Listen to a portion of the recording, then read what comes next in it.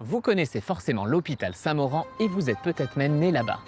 Mais alors, qui est ce Saint-Maurent et surtout a-t-il vraiment existé? Parce que bon, il y a de quoi se poser des questions quand même. Croyance versus histoire, je mène l'enquête pour vous sur ce saint nimbé de mystère.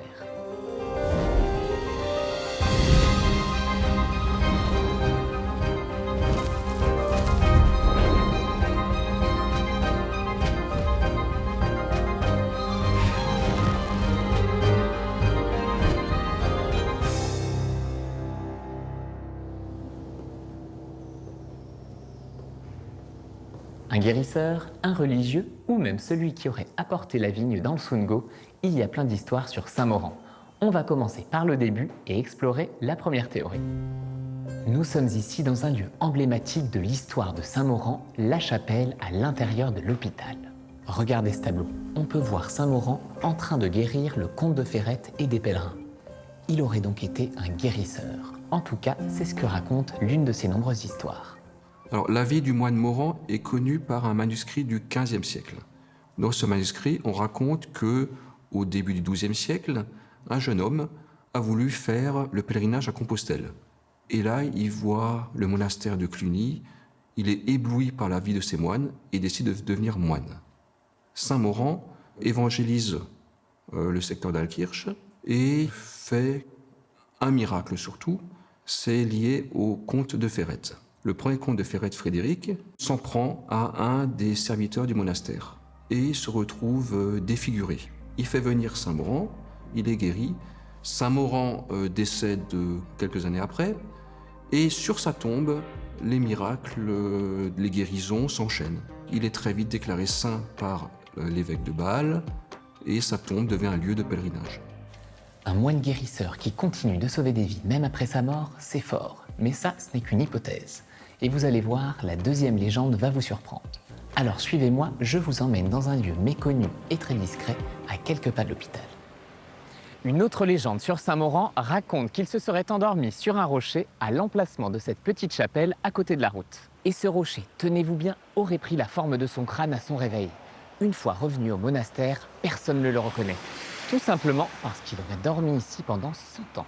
Cela aurait donc fait de lui un saint et on aurait ensuite construit à sa mort en 1115 une chapelle à l'emplacement du rocher.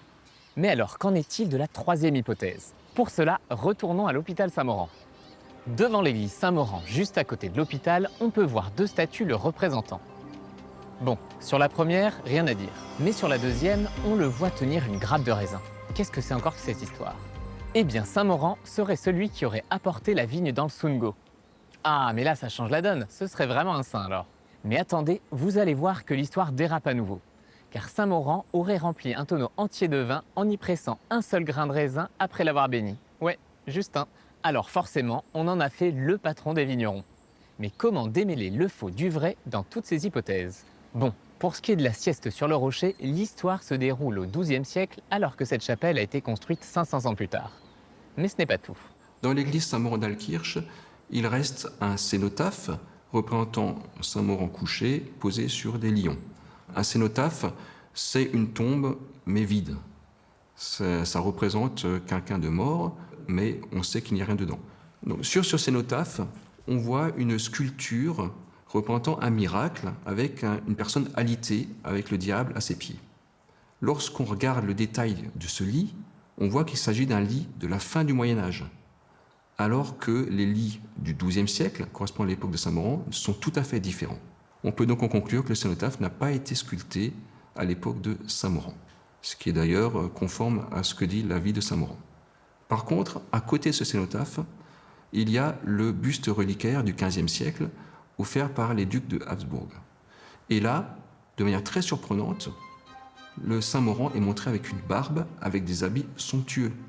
Il n'est pas montré du tout comme un moine clunisien. Les moines sont censés avoir la figure rasée. Si on regarde les documents sur les ducs d'Habsbourg, on voit que ceux-ci considèrent Saint-Maurand comme leur ancêtre et qu'il est un comte, un seigneur, et pas du tout un moine. Il y a donc comme une deuxième tradition.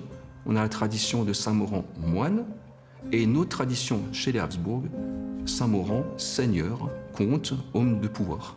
Il y a donc un problème entre cette représentation de Saint-Maurand dans ce buste reliquaire du XVe siècle avec ce que raconte la vie du moine mourant. En bref, il y a plusieurs traditions qui sont parfois contradictoires sur Saint-Maurent. Mais ce n'est pas fini, car une autre contradiction vient s'ajouter à cette hypothèse, et elle figure même sur une charte de 1320. Cette charte est le plus ancien document conservé dans le Sungo. Et bien sûr, cette charte est aussi l'une des toutes premières mentions de Saint-Maurent. Or, on voit que Saint-Maurent est classé parmi les martyrs. Un martyr, c'est un chrétien mort pour sa foi. Et là, ça pose un problème, puisque le récit de la vie de Saint-Maurent raconte que c'était ce qu'on appelle un confesseur, quelqu'un qui a une vie exemplaire. On se retrouve donc avec 3 visions différentes de Saint-Maurent. Saint-Maurent martyr, Saint-Maurent confesseur, comme dans la vie traditionnelle, et Saint-Maurent un seigneur, ancêtre des Habsbourg. Lequel est le vrai? Et quant à l'hypothèse de la vigne et de la guérison, qu'en est-il? Il faut repartir des textes. La vie de Saint-Maurent ne relate qu'un seul vrai miracle, la guérison du comte Frédéric. Et lorsqu'on regarde de nos jours, on nous raconte plein d'autres miracles, notamment qu'il a réussi, avec un grain de raisin, à remplir un tonneau de vin. Mais ce genre de miracle, ils s'apparaissent nulle part dans les documents. Ce sont des récits qui sont bien postérieurs et qui n'ont aucune existence réelle. Bon, je crois qu'on a le fin mot de l'enquête. D'après les recherches et l'état de la science, il semble peu probable que Saint-Maurent ait existé. Quoi qu'il en soit, Maurent est devenu un prénom courant dans la région et son histoire reste importante dans la culture sungovienne. La prochaine fois que vous irez à l'hôpital Saint-Maurent, vous verrez les choses différemment. Enfin, je vous souhaite pas d'aller à l'hôpital, hein. Enfin si, pour visiter le lieu, mais... Enfin bref, vous avez compris.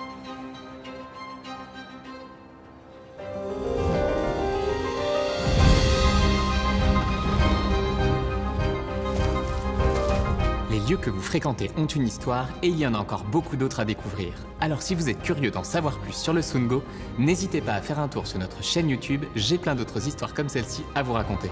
À bientôt!